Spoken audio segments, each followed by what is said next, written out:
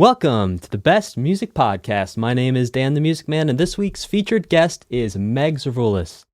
With a talent that is rivaled only by her work ethic, music director, pianist, and conductor, Meg Zervoulis is the consummate music professional.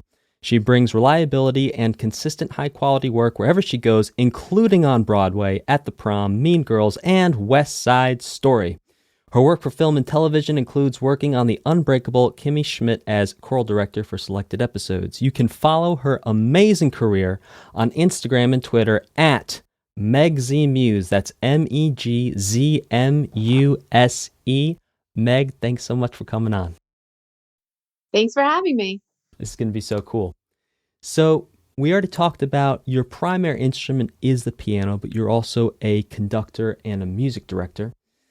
Can you explain for our listeners what a music director is and what you do as a music director? Sure. A music director is kind of like conductor for Broadway shows or musical theater pieces.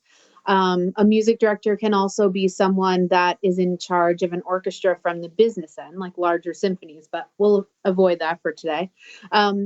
Primarily, the music director starts when a piece is kind of coming into its own and getting ready to be workshopped. And, the writers and the director typically have kind of finished writing the first draft. Then they'll usually involve a music director to help shape the musical. That ranges from vocal arrangements or teaching the score, helping to hire the musicians, making decisions about the shape of the show musically, and are we going to sing vibrato or straight tone? Is the guitar chair going to be an electric acoustic double? It really ranges. Then once we open the show, it's all about maintaining the show and the quality of any musical related elements in the show. So I think what's really interesting is you listed quite a plethora of different roles that a music director may or may not need to fill depending on the configuration of the producers, the talents of the producers, the time of the producers. You're almost acting as a multifaceted puzzle piece that can be inserted anywhere in the show to fill in the blank where someone might not have. So there might be a producer who's really good with the show, but they don't really know what they're doing with the vocal stuff. You step in, you can take charge of that and actually help guide the musical home to opening night. Definitely. And beyond in our case. That's really fascinating. So for our listeners, a little vocabulary that we may be throwing around today. If we talk about books, the book, when we're in a musical, is going to be the book of all the musical songs for the musical, which is generally between 20 and 40 songs, including pieces of music that happen outside of the song. So sometimes the orchestra will play not just between acts, but sort of incidental music that helps bring a scene to life. If we say MD, that is short for music director. You just heard a great explanation of what that is. If we say things like key 1 or key 2 or chair 1, chair 2 key, what we're talking about is different instrument parts played on the same kind of instrument by separate musicians. So generally, whatever instrument is number 1 is going to be more complex and take a lead role, whereas the number 2 and number 3 or even 4 will double, harmonize, or play chords, synths, pads, other things to fill out the sound of the orchestra. And anytime we say the city, we mean New York City. Indeed. Yeah. Anything I missed, Meg? No, there's, many other terms, but those are kind of the most frequent, the MVPs. Oh, could you explain that, please? Oh, I just mean they're the MVPs of the terms. They are the minimum viable product of the terms. Got it. Yeah. Excellent. So you did a whole bunch of off-Broadway stuff, including working at Paper Mill Playhouse for a while, working at SOPAC, doing a whole bunch of really cool projects. But your first real Broadway show that you can really say that you were music director, conductor, and played key 1 on was the Prom at the Longacre Theater. So how did this project start? How do you get the call? How do you get hooked into this? The Prom, I first got involved in the Prom early on when it was on its way to go and do its out of town tryout, which is when a Broadway show is ready for kind of the penultimate production before moving to Broadway. For the Prom, we did that in Atlanta. I started as Key 2 Associate Music Director, which is another very similar pairing. Um, and then the music director had to kind of conduct it and prepare the show up until opening night. And then she had to return to New York for some other previous commitments. And then I assumed the role of music director. Cut to 2 years later, when we were ready to go to Broadway with the Prom, that music director was then the music director of Mean Girls, where I also worked as Key 2 associate. And we just decided that between the two of us that it would be best if I moved over to assume the full position at Prom, and that's how that worked out. So can you talk a little bit about that process? You said cut to 2 years later, we're on Broadway. What happens in those 2 years from getting your penultimate production to getting actually opening night on Broadway, or even if it was previews, it took you 2 years to get to? I think there's a lot of behind the scenes business oriented things that happen. For example, fundraising and getting investors and having decisions made about which theater it's going to play in and deciding what the budget is, and building the scenery, all that stuff. But for us, musically speaking, sometimes it won't include much at all between the out of town tryout and the Broadway rehearsals. We kind of like pick it right back up where we left off in Atlanta. So much of what takes that time in between the two iterations of the show are business oriented things. And that was our experience on Prom. We didn't do much picking up of the score other than to lead auditions between Atlanta and our Broadway rehearsal, first day of school rehearsal. So when you say your first day of school rehearsal, what does that look like? Are you actually on the stage, or are you in one of those practice rooms we see photos of when shows are about to go to Broadway in some nice New York building somewhere with the wood floors and the white walls and the mirrors on the walls? Yes, that one. So first day of school occurs in a rehearsal studio. There are many different locations in New York that are used for this purpose. It's usually like a 4 to 6 week period of teaching the music, rehearsing the choreography, bringing some light set pieces in, adding costumes.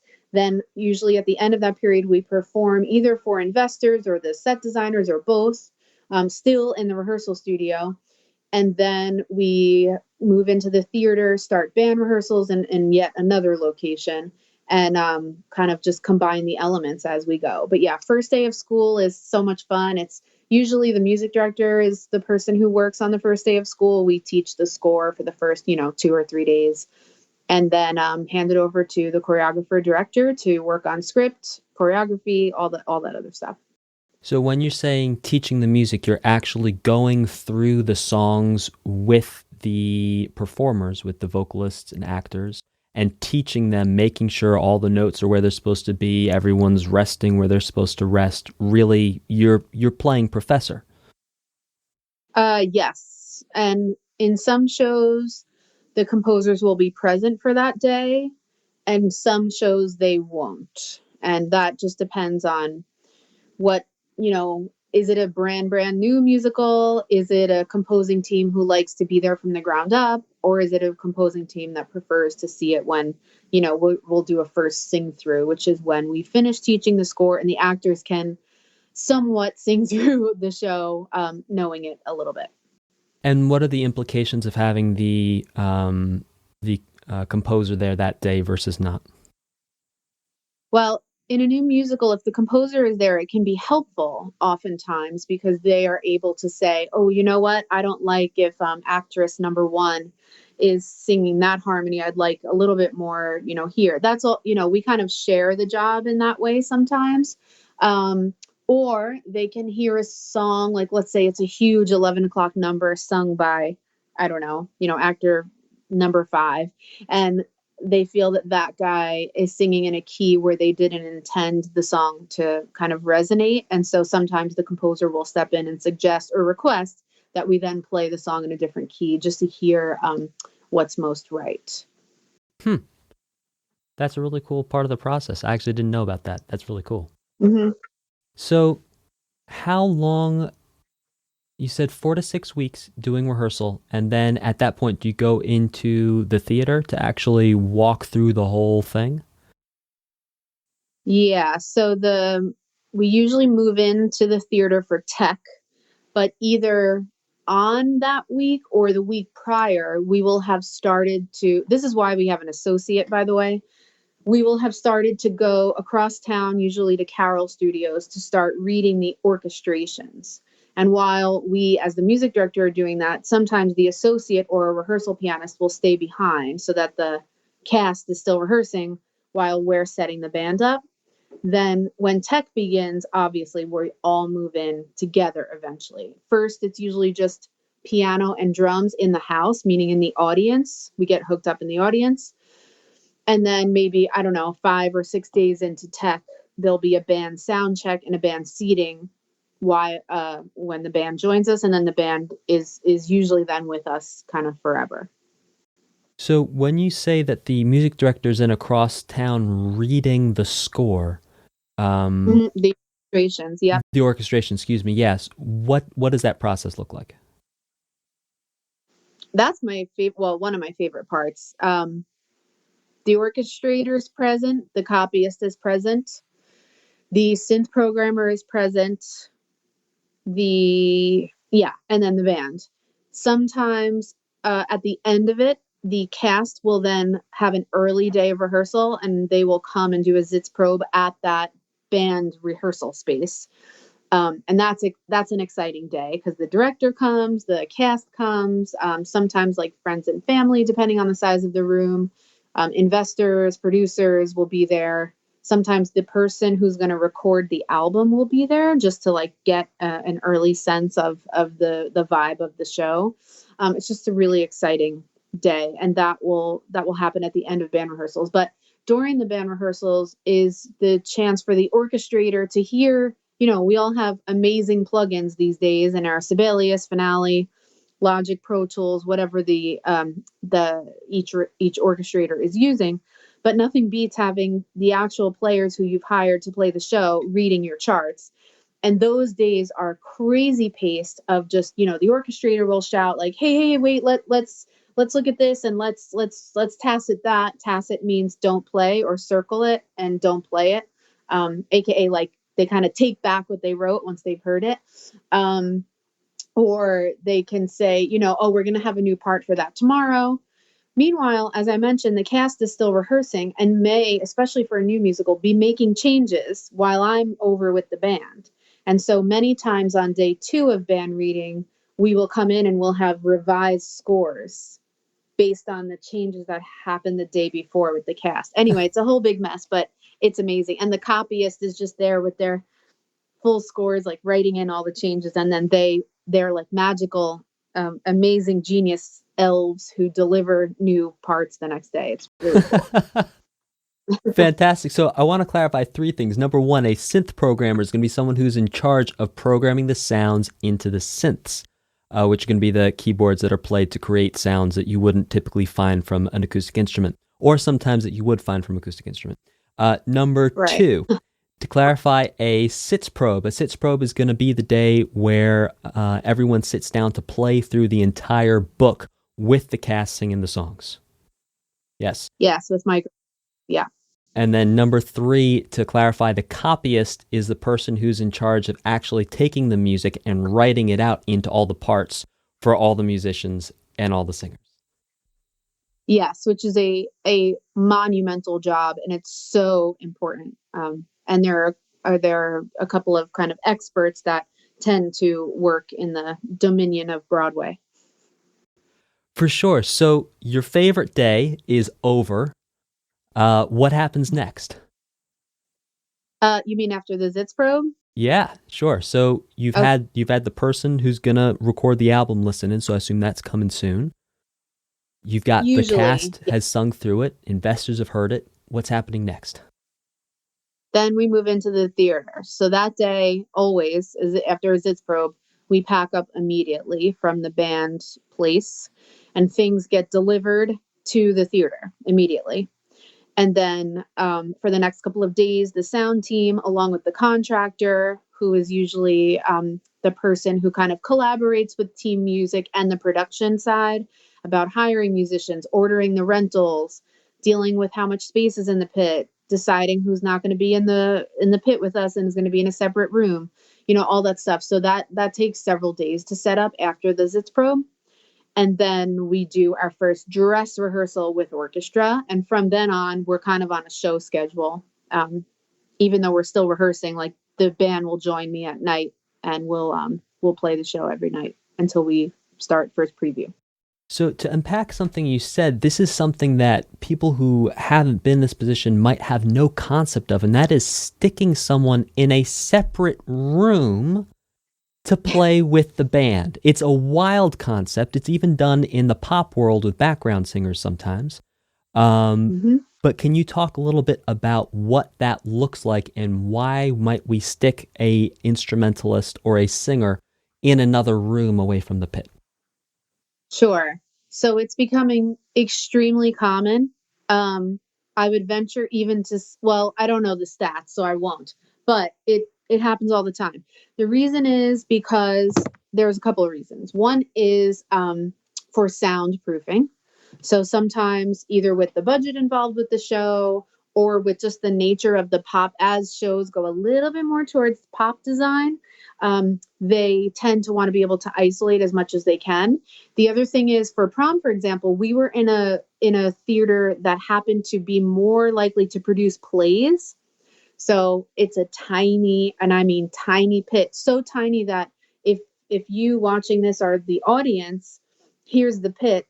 Our players had to sit this way, single file, because it's so narrow. It was pretty crazy. And because of that, I could only fit 4 humans other than myself in the pit.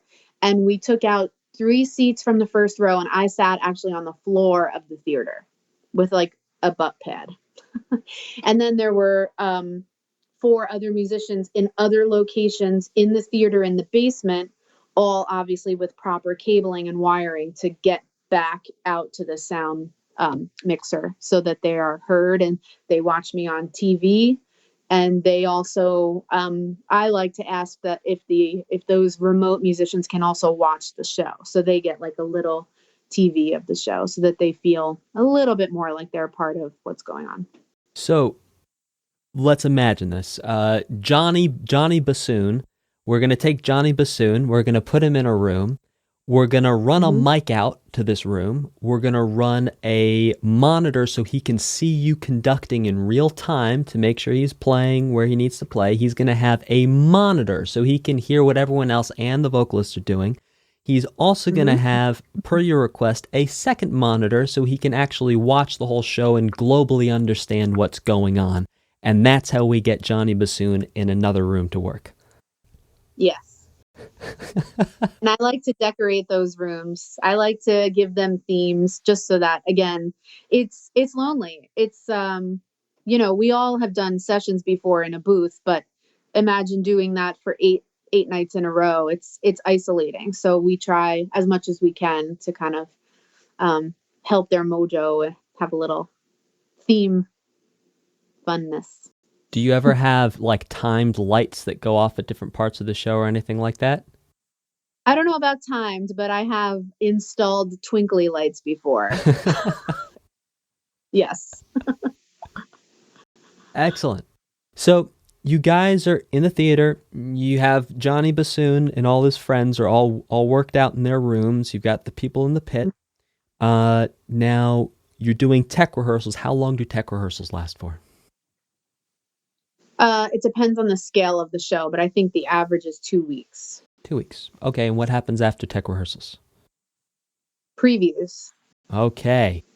And how long does a show typically, or from your experience, stay in previews before it opens? You know what? I don't know what the average is. I think that's going to be another 4 to 6 weeks. West Side Story felt like an eternity. I think we had one of the longest preview process that has happened in a long time. Um, yeah, I think it's usually 4 to 6 weeks though. And what happens then is that we continue to it's so funny. We've been in this shutdown so long now that it just feels like a completely alternate form of living. And when I say it out loud, like that we would work so much during that time sounds crazy to me. But the way that it works is you continue to do the show at night. There are actual human being audiences that are coming to the show, gossiping about the show, sharing, tweeting about it, Instagramming about it, talking about Facebook. Um, responding sometimes to even surveys that the theaters will give out, and then the director and the choreographer and the designers and the composers, they are often watching those previews while we are also still rehearsing for a full day during the day, or a nearly full day. And the reason we're still rehearsing is because every night we have the ability to change the show for the next day.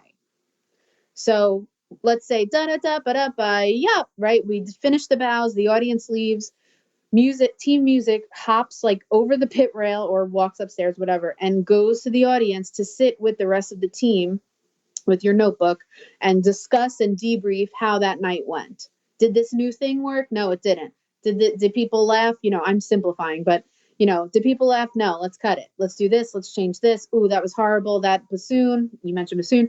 That bassoon really doesn't belong there. Let's cut it for the next show. And so the next day, we will rehearse the cast with any changes that have to happen. We will sometimes have a 1-hour band rehearsal right before the show where we implement new changes that might be happening. And then we do the next preview. And we do that for 4 to 6 weeks. Wow. So how many Yeah. hours as a music director are you in the theater for during this time? Usually, 7. Well, sometimes we get a day off, but usually in previews, we kind of don't. So I would say 10 times 6, like 60 hours at least. Yeah. Not Whoa. counting, of course, the extra time it takes to implement those changes. So if we leave that meeting at the end of the night and they have given us information about what needs to change, that means a phone call or email to the copyist, discuss with the composer, talk to the director the next day, call the principals, because the musicians have sheet music, the actors have nothing, right? So if I know that a major change is going to happen for a principal, meaning a lead actor, I'm going to probably call them at 8 a.m. the next morning to give them a heads up and to give them a preview. Even if it's messy and if it's in someone's handwriting, I'm going to give them a preview so that they stand a chance at remembering what the new show is. Wow, that's a fascinating process of just continual iteration, just refinement, refinement, refinement, refinement over and over again. Yeah. Yeah, that's really incredible. Have you ever seen, maybe not in something you worked on, but just talking with other people, have you ever seen a situation where the preview period gets extended because someone wants to keep on iterating and keep on changing? Or is there a set date like we go to open on X date?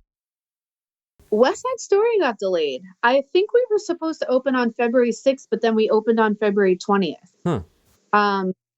I can't recall why, but I believe that happened. Yes, that has happened before. Mm. We had just like major structural and technical things that we were changing right up to the last minute. Wow. Mm-hmm. So at what point do you guys do the cast recording? Well, let me not get ahead of myself. So we go through this preview 4 to 6 weeks, and then the show opens. Now, I assume that you've done the recording before opening because you need to be able to sell that recording to the audience members, correct?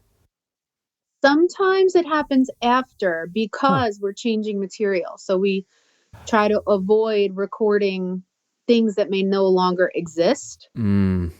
Sometimes if it's a newer show or if it's for Prom, for example, that was amazingly created out of people's brains, right? It was not based on a book or a movie, as many shows are these days. And when you're when you're on a show like that, that doesn't have, let's say we're gonna make, I don't know, like Home Alone the musical. If that's gonna kind of have a built-in audience, right? Like if you have two kids, you grew up watching it, you probably go, right?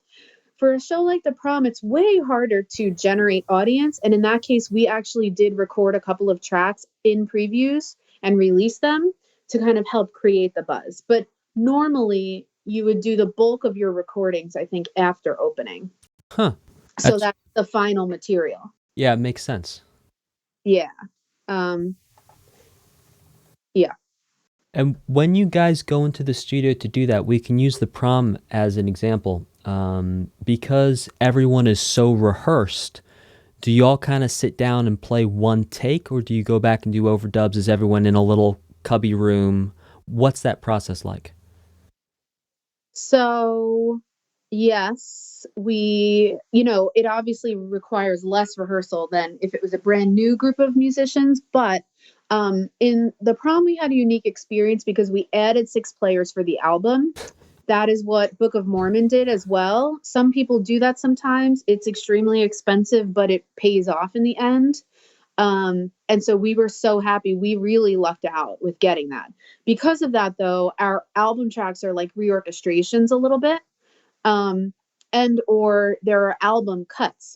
At night I'm playing a song, and there's a scene in the middle. We don't do that on the album, really. So we have cuts, and sometimes to make that work, if there's a modulation or whatever, we actually do have new material when we get into the cast album that does require rehearsal. So we rehearse. Yes, we are in booths. Yes, we do several takes, but again, it's extremely expensive. And these days we just try and keep it really fast in the studio. So, sometimes it may not be as many takes as you like, but of course, as you know, in the digital recording world these days, there's a lot of polishing that can be done without the players in attendance. So we just try and get it in the can, and then work on kind of honoring the score as much as we can in the mixing and mastering. So when you were talking about bringing extra players in, that's really to make the album sound fuller. I hesitate to use a word that would be retractive from the actual show itself, but it's to give it a polished, larger sound. Is that correct? Yeah, a larger acoustic sound. So one thing I neglected to mention is that we had Ableton on Prom, which again is a super duper common element now these days and for Broadway shows. And those 6 musicians that I just referenced, we have digitally mirrored in Ableton during the show at night. So we couldn't fit them.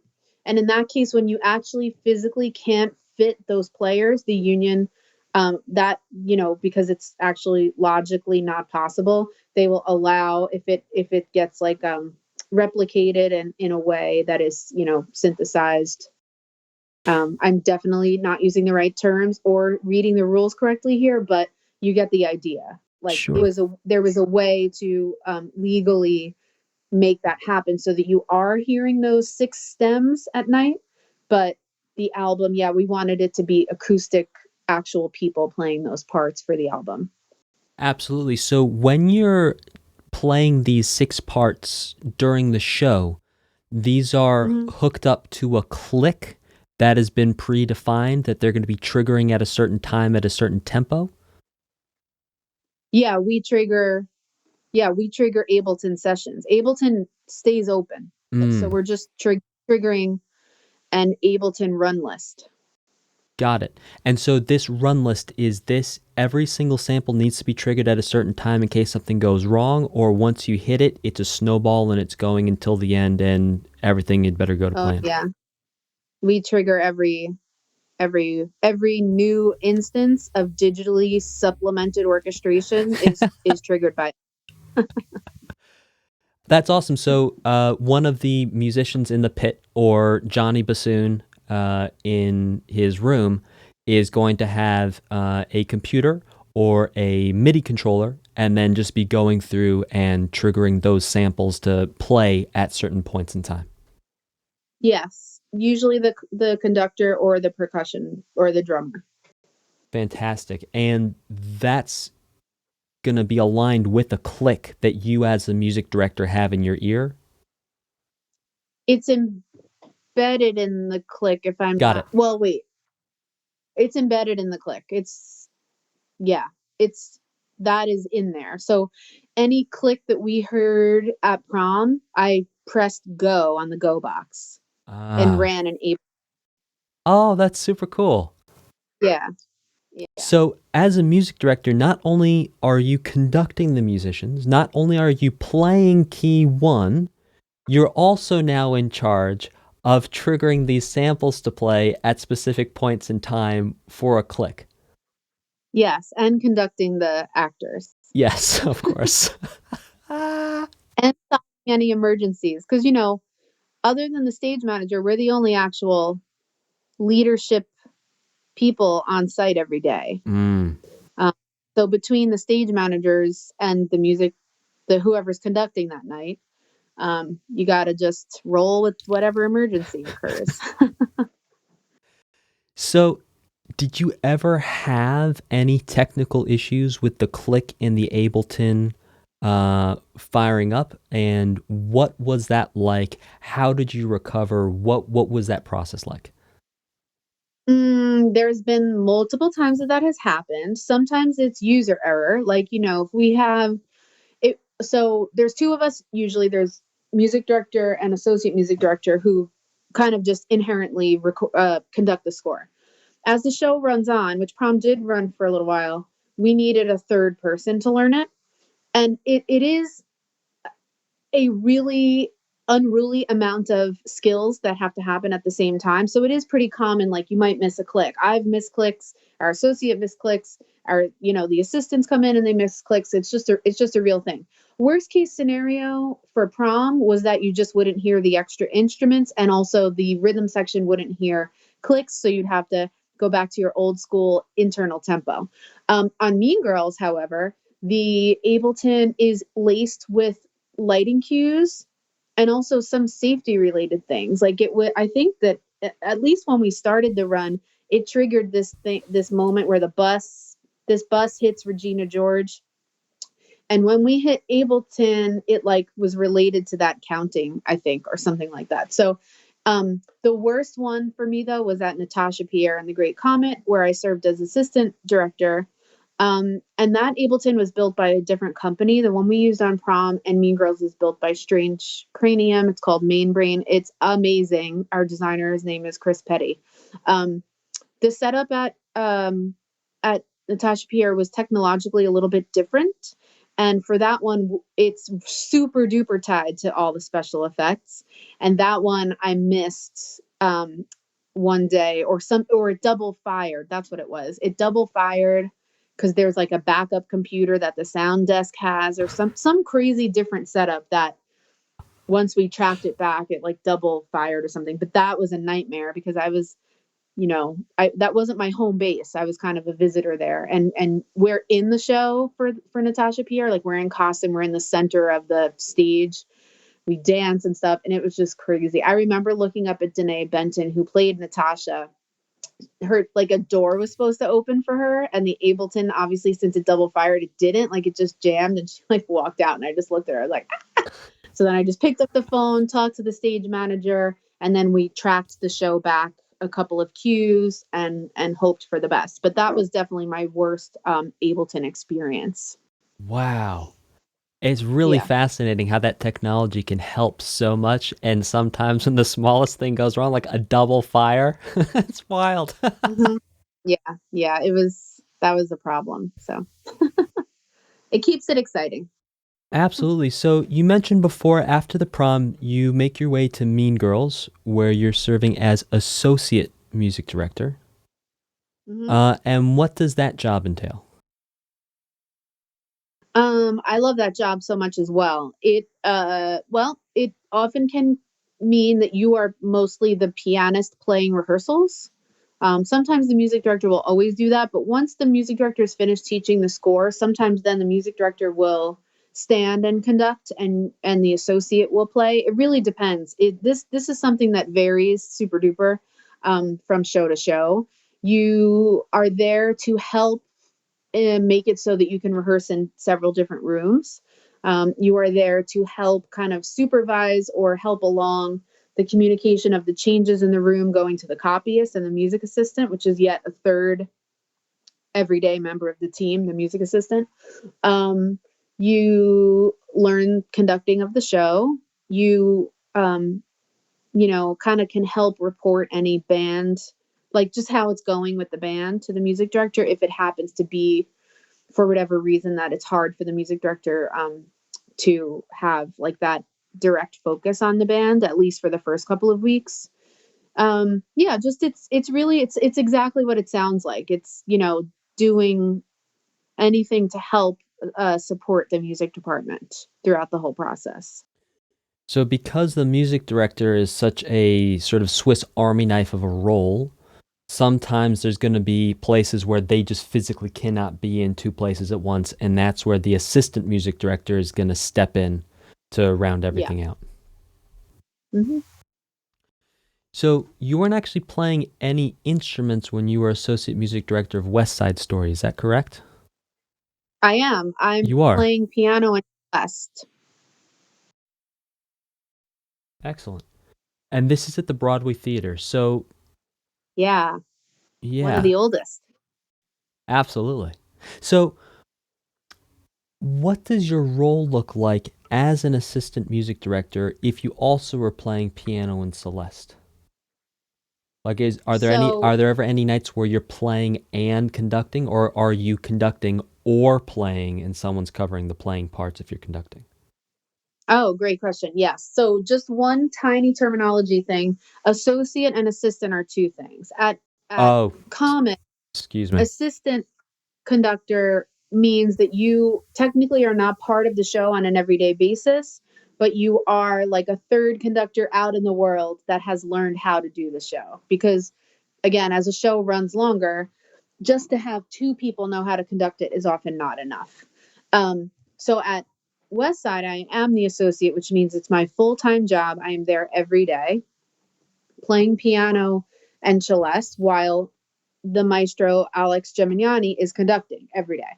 If he is absent, I will conduct, but there's no keyboard on the podium there. It is a straight up, as you might assume, it's a straight up legit symphonic orchestral conducting gig, and then a sub musician will come and play my chair. Got it. And is it your job to find that sub musician to cover your piano and Celeste part? Yeah. Yeah. Each of the regulars, which regular means the person who has the full-time job or chair, as you mentioned earlier, it is the regular's job to submit names, usually of 5 people at least, to the music director and the contractor kind of for approval. And then if they're good with the people you've suggested, then it's your job to not only kind of organize the schedule of your subs, but also to teach them the show, post the parts or make a recording, do whatever it takes to make sure that they are set up for success.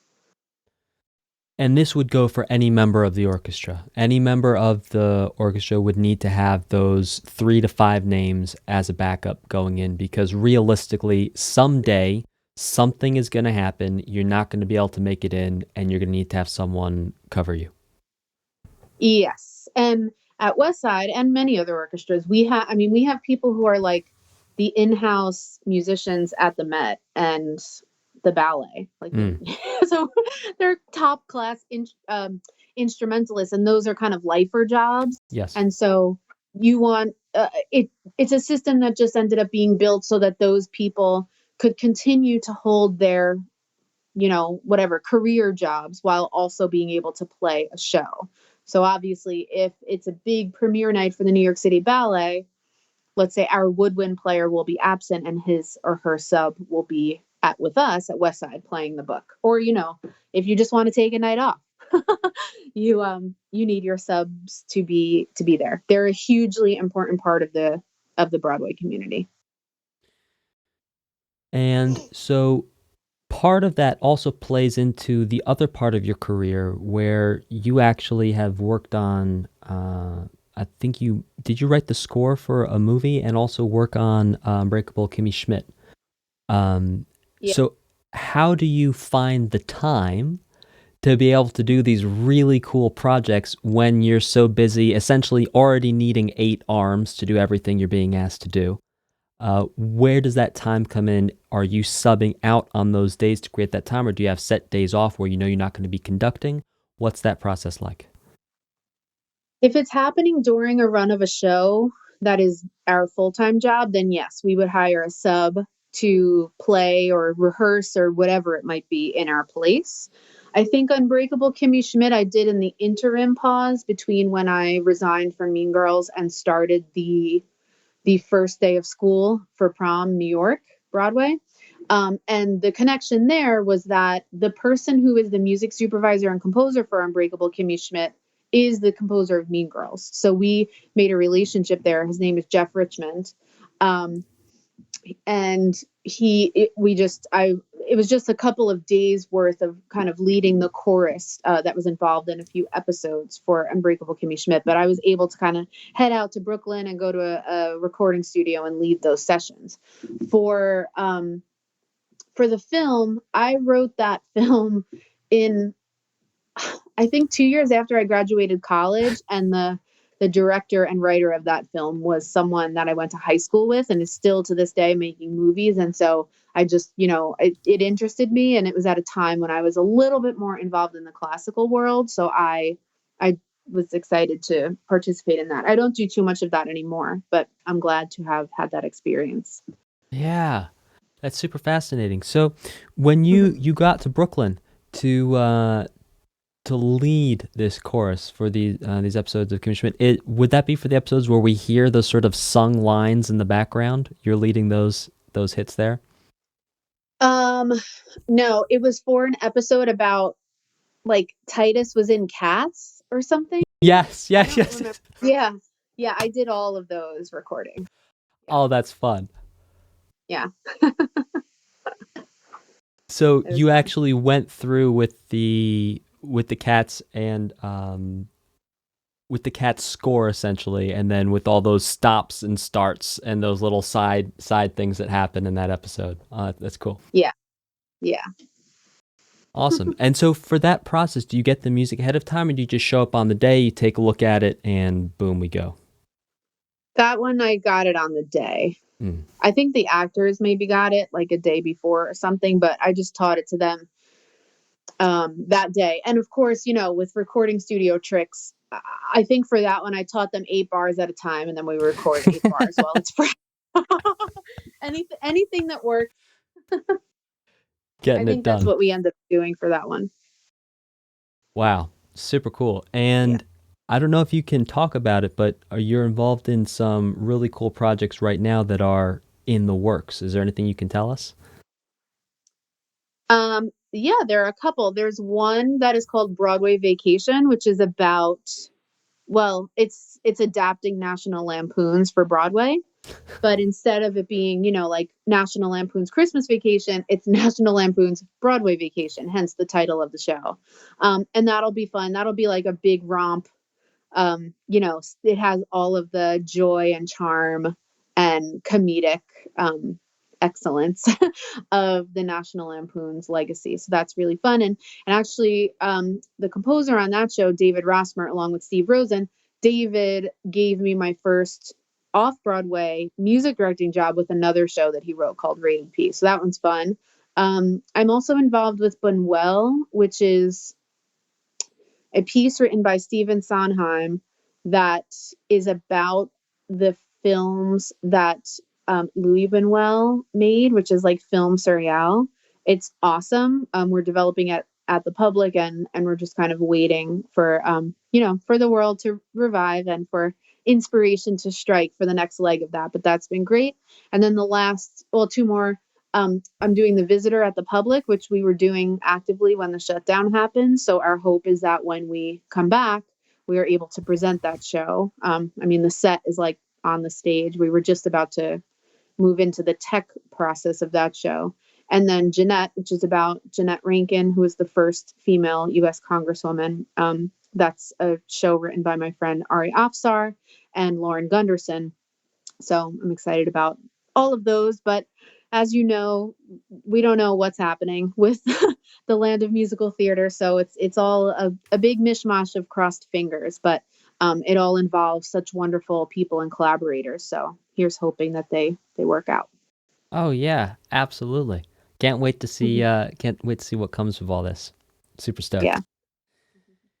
So we're going to move on to the second section where I'm going to ask you a little bit about sort of your practice, discipline, things like that. Because while it's really cool to say, I'm a Broadway conductor and I play key one and this, that, and the other, like people may not understand the amount of consistent work and dedication to quality and consistency that it takes to get to a position like that. It's really not a small thing, for sure. So what is a typical day like for you when you have a show? A show that's open? Show that's open. Okay. A typical day usually involves either being at home until showtime and maybe teaching some private lessons or spending time with my family and friends. But more than likely, it involves rehearsing from 10 a.m. to 6 p.m. in a rehearsal studio somewhere for one of those, for example, new projects that's coming down the pike. And then, grabbing dinner or just reheating dinner at the theater and doing the night show. Those are kind of the two versions of what a normal day might look like for me. So the one that involves rehearsing all day can sometimes mean 10 consistent hours of playing music in a day. And if it's a day when I'm home, I'll usually start with a morning practice of like playing Bach or something technique oriented, just to kind of be doing something before going in at night, especially on West Side Story because of the technical difficulty of that score. It really necessitates just being a little bit more in that classical mindset in terms of chops and stuff. For sure. We'll talk a little bit more about practice in a minute. I'm going to get through a couple more sort of lifestyle things on our way there. So what time are you getting into the city? And then what time are you leaving the city on this typical day? So on one of those rehearsal days, I'm getting in there at 9:30, the latest, so that I'm kind of like in rehearsal room by 9:30. Give a half hour to look at whatever is happening that day or say hello to everybody. West Side Story is a short show. So when we have an 8 p.m. curtain, I could potentially be home by 10:30, 11. So, but so that means there are some days where I'm leaving the house at 8 or 7:45 and coming home at 11. It's not that uncommon. I think a really interesting takeaway for any music students or anyone who's thinking about pursuing a career in the music theater sphere is if what you want is to be playing for 8 hours a day, like you can make that happen for yourself like very easily. Like what you're talking about, having two irons in the fire at the same time. So you've got your evening show down, you know the music, you show up, you play it, and then during the day working on something new, you're just going to be eating and breathing music all day on it to a level that is really fantastic if that's what you're after. Plus, like if you're working on a West Side Story type of show, you're actually going to have the sort of fun challenge of keeping up on your technique and needing to stay sharp. There's really no resting on laurels. It's not like, oh, well, I know the show, so I'm going to spend all day in my pajamas doing whatever one does all day in one's pajamas. Then going into the city at night for the show, there's this continuous pursuit of not only musical excellence, but then also keeping up on your own music and developing your own skills and keeping your own skills sharp. Definitely. And I omitted to mention that another permutation of this is that we continue to rehearse the show even after we've opened. We're rehearsing new cast members. Usually these rehearsals are like 1:30 to 5, 1:30 to 4:30 on weekdays. We're rehearsing the swings, which are obviously the people who cover other parts. So that's another option where usually the associate might do those rehearsals, but it is common to have to go to our theater during the daytime, even after we've opened, to continue rehearsing for whatever reason. So, to be able to make all these rehearsals happen, to be able to keep your focus all day on doing new music, then playing your show, how many hours of sleep do you try and get a night to fuel all this incredible music creation? Um, well, it's funny. It's such a different answer these days. I'm like very easily getting 7 to like 9 hours of sleep. Um, but I try to hold myself to a 6-hour night of sleep in the midst of those crazy. Like if it's in a double duty week, which is what we tend to call it, if you're developing a show while also being on a show, um, I'll try to make sure that it's 6 hours of sleep, and I'll try to pack any productivity or emailing or all of that stuff um, into the workday.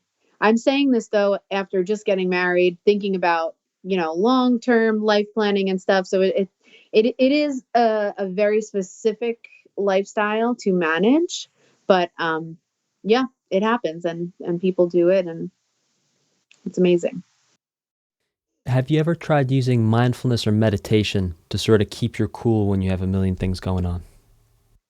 Well, yes, I meditate, probably not as formally as, super serious meditation people do, but I often kind of demand or require myself to like take a time out, slow down. I'll usually do that in that between period after the long work day during daylight hours before sitting down at the piano at West Side. I much prefer to kind of be debriefed before sitting down to play the show. It really, that matters to me big time.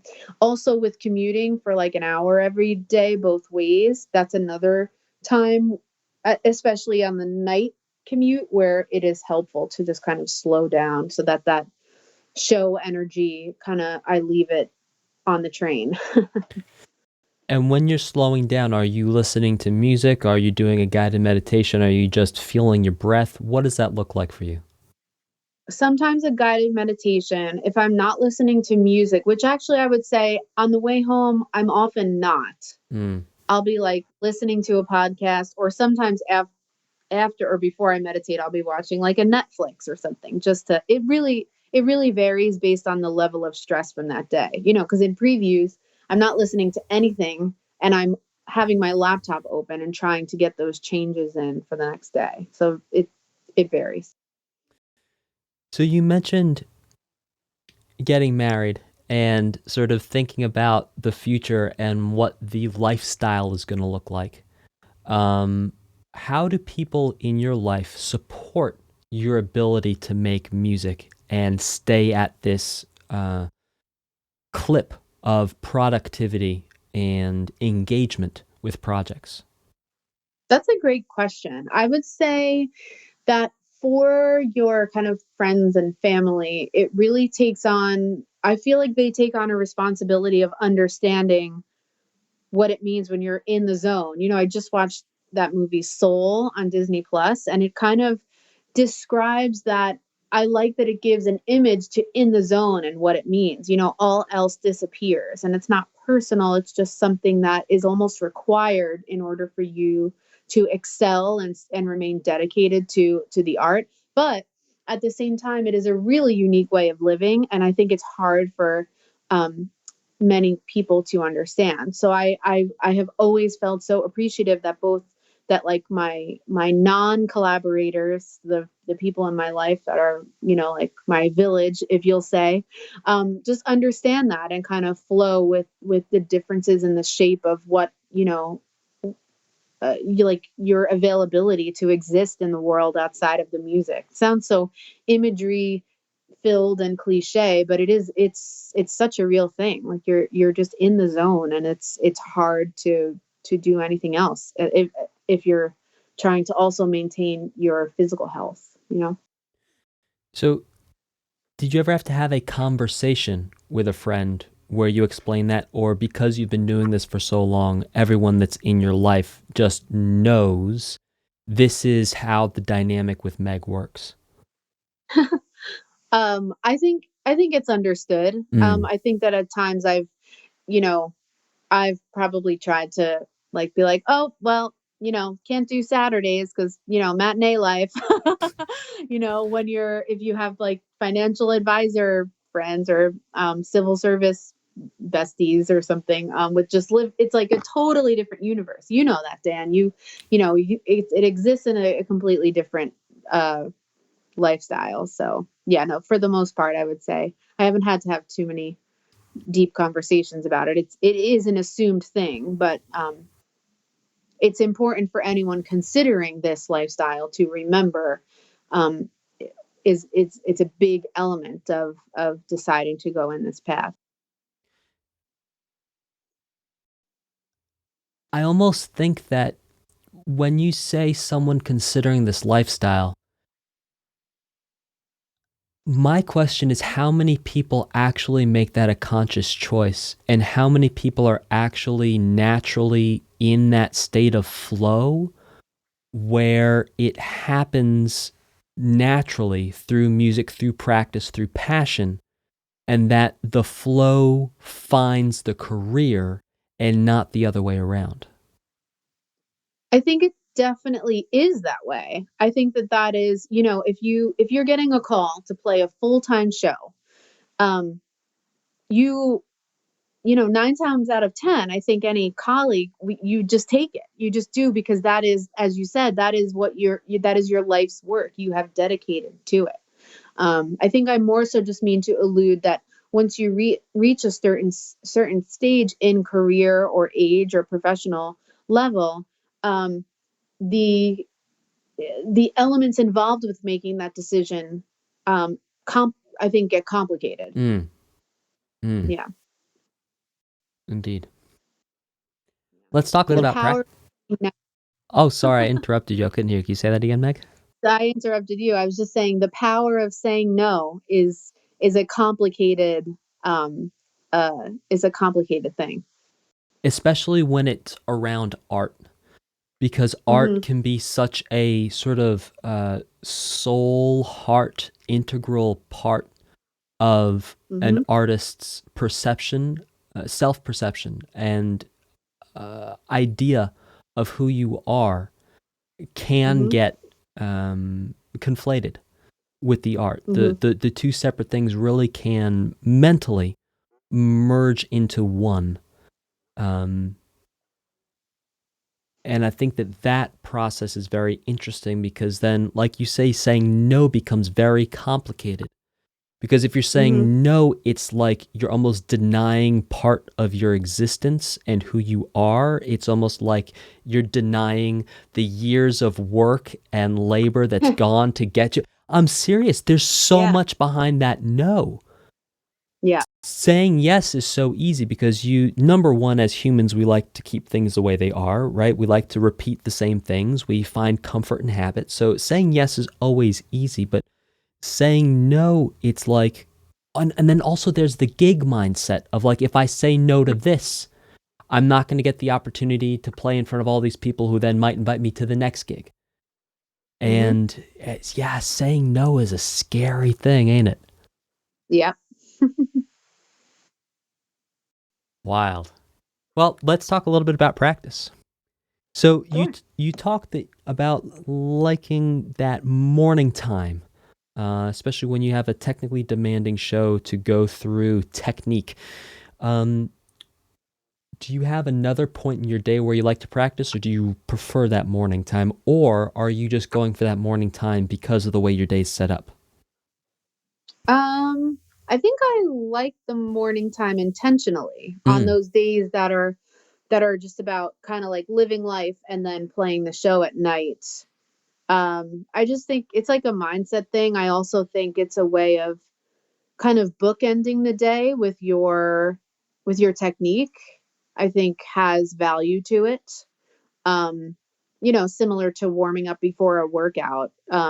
It just, yeah, if you keep your body moving through the day, it makes such a big difference. For West Side, I tend to warm up at the show as well, just for a few minutes, nothing extensive, but I don't play it cold. Admittedly, some other shows, I feel it's somewhat common that we just kind of play it cold. And that's Just, because it's less technically yeah. demanding, that you can sort of show Yeah. up and play it. And with the years of experience and excellence that you have, it's built in. Plus, you're an incredible reader too. So Yeah, thank you. Kind of.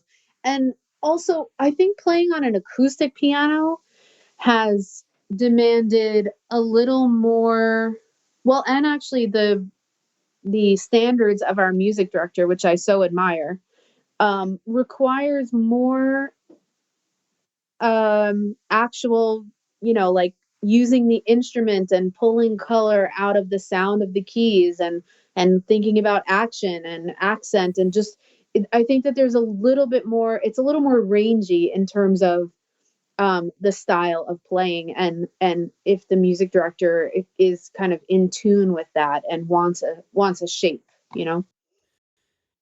that's something that I was really picking up on when I was listening through the cast recording of the New West Side, and just listening to the vocal qualities that are brought out at different Hmm. times. It's really, really fascinating, just to hear and it sounded like it was an artistic choice. It didn't sound random, like when you had the lady singing, I'm not going to sing the words because I don't want to have to pay $10 million in copyright. But everyone knows the song I'm referring to. It has a, anyway. So point being that it's really evident to hear those different textures, and very interesting that your practice has to take on those different textures. So in the morning, Definitely. during this technique time, how much time are you spending on technique? Maybe a half hour, not much at all. Not nearly as long or as much as I was doing in, undergrad or shortly thereafter, or when preparing a show. Right before, a couple months before the shutdown, I was learning Hamilton, how to conduct it, and that required several hours a day, both for musical reasons, but also because of the extreme detail involved with conducting that show. Um, Yeah, so it varies, but if I'm just really practicing just to in maintenance mindset, it's probably around a half hour. And what's the maximum length of time for an effective practice session for you? Um, well, sometimes I could go like 4 hours. I can still, practice the my old school way of living, preparing concertos or preparing difficult sonatas or whatever it might be. Sure, but when we look at those 4 hours, is that 4 hours in a row? Are you throwing breaks in there? What's your focus like during that time? Because for anyone to sit down and do something for 4 hours is a lot. Yeah, you maybe a few breaks, but I would much prefer to do that as like a chunk. So in lieu of going to cast rehearsal that day at the theater, it would be like a practice chunk of time. So when you practice for the most in your life, how many hours do you think you're getting in a day? You mean in undergrad or Yeah. oh, there were times I was practicing probably for 6 hours a day.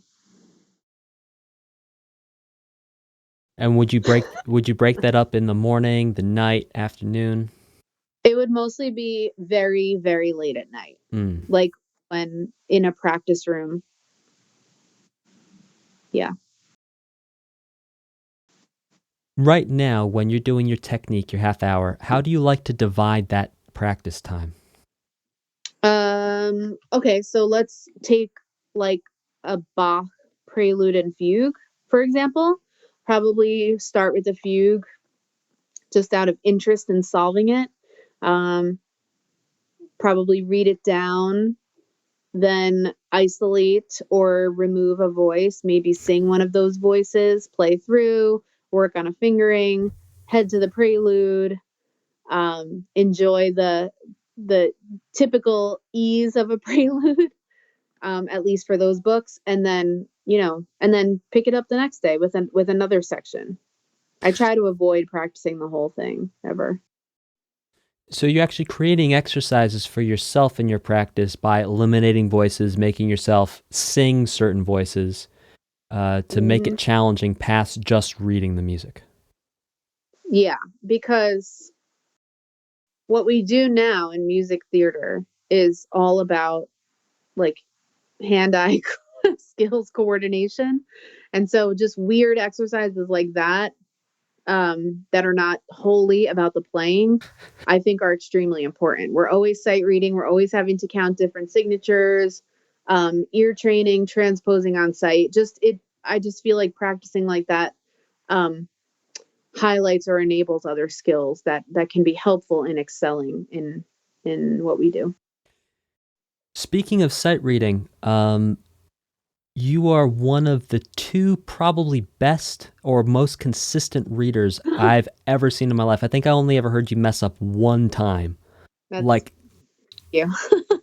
Like really. And my thing is hearing mess up. So like, believe me, people, like she messed up one time, and we back in the day played a fair amount of shows together. So Meg, when you are learning to read, when you're learning this process of sight reading, did it come naturally to you as an affinity, or was it something that you had to work at more than everyone else that brought you to the place where you're at now? It was definitely natural. I don't know the explanation of that, but I didn't know the term sight reading until it was something that I could do. And someone was like, wow, your sight reading is amazing. I would attribute that to starting at so young. I started lessons when I was 4. So I think that it was just, I didn't do Suzuki, but it was of a similar rigor. So I think it just came with that early practice. Incredible. And is that something that you need to work on for maintenance, or because of your natural affinity for doing it, it's just sort of there? It's like riding a bike. You always can get back on and go. It is a little bit like riding a bike, but it does take practice. So if I do find myself opening a new book in my library pretty regularly just to look at something and be like, what's this? Because I have found that if I don't do that, and then I'm, put into a pressure cooker of playing a full day of auditions or something, I could be a little out of touch with that skill. So I try to keep that well oiled. And yeah, the thing I actually intentionally practice though is sight transposing, which is not a natural affinity for me. I can do it, but it's it takes some consistency on my behalf with kind of practicing that. For sure. And for listeners at home to understand, sight transposing is we hand you a sheet of music that is in the key of G sharp minor, and we say, can you actually play this in D minor? And we're not going to write it out for you again. So good luck, Johnny Bassoon. Go get in your room and practice, because it's going to be a rough time. Yes, whoever would ask that particular transposition though I would probably leave. I was I'm trying to kidding. make an extreme example. Yeah, that was. But yeah, it's fairly common, especially, I think I mentioned this earlier, but like when you're teaching a lead actor their piece, it is very common that either they or the composer or ourselves would want to hear that kind of immediately in another key. I have terrifyingly been asked by Stephen Sondheim to transpose by a minor third, which is actually fairly difficult on piano, while he was sitting next to me. And so it's experiences like that where if you can do it and you can make it happen, it can it just helps the room move along. So it's important to be able to do that. That is a wild skill to cultivate, for sure. For sure. Yeah. Yeah. So this sight reading ability, I've got one more point on it. when you're talking about being an audition pianist, when you're auditioning leads, Hmm. you may never have seen the piece of music you're being asked to play. They're going to put it in front of you on the piano, they're going to go and sing, and then you're going to play in some cases, correct? Yeah. Yeah. So, first time seeing the notes, you get, and when you're doing this, about how far ahead are you looking? Are you looking ahead one measure, two measures, three measures? Are you done reading the first page when you're halfway through? How far ahead are you looking? I would say never more than 2 measures. Hmm. I may glance at another page while playing, but more regularly, I think I'm like 2 measures ahead of where I am. And for people to understand what that means, it's that you're looking at the first note, second note, third note, Yeah. fourth note, if we're saying quarter notes, 4/4, fifth note, sixth note, seventh note, eighth note. The piece is starting. You're remembering all those eighth notes, playing those eighth notes while you are looking at note 9, 10, 11, 12, 13, 14, 15, and 16. And so you're always Yeah. staying ahead. So it's almost like a little clairvoyance exercise. It's like you can see the future of what's going to happen in the music.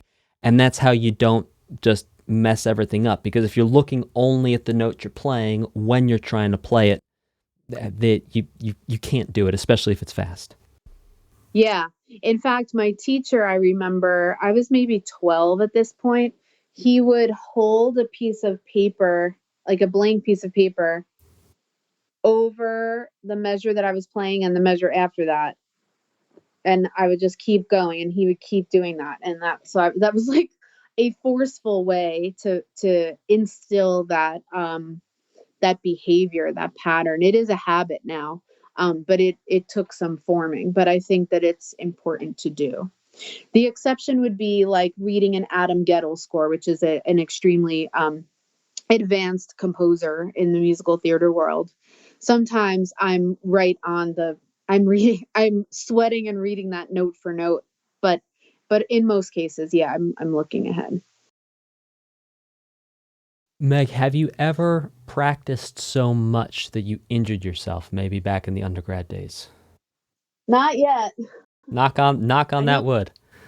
probably coming anytime soon, but no, thankfully not injured due to my musical, like my technique or the schedule, which I think at times, as I mentioned before, it can be stressful. Or conducting. Conducting is a hugely physically tiring um profession, and so far no permanent or really injuries that I've experienced yet, but I'm sure arthritis is knocking on the door anytime soon. Well, let's hope not. I've got some wood here. Yeah. No, I'm knocking on it for you. So, when we look at not getting injured over all this time, are you taking preventative measures? Are you like monitoring your hydration? Are you stretching? What are you doing to make sure that you don't, for example, get tendonitis or something like that? I stretch my hands and arms.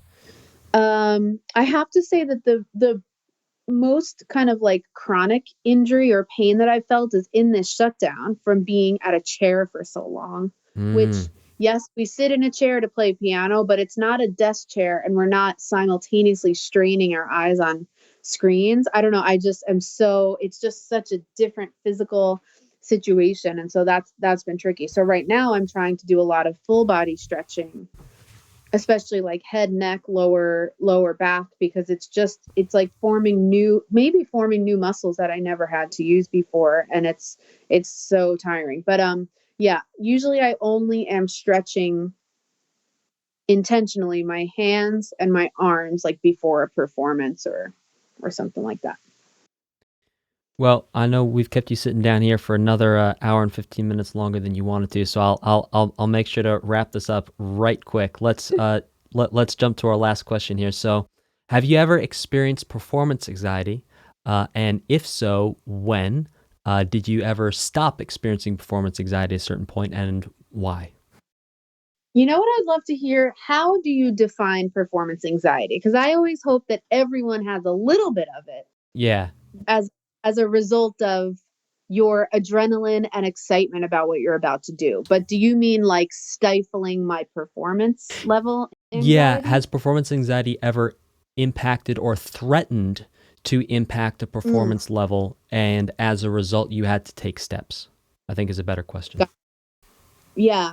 Um, the best example would be that I went through a period of time in undergrad. I think it was junior year, probably preparing for my first, full length recital at conservatory. You present a junior recital full of, 40 to 60 minutes of music.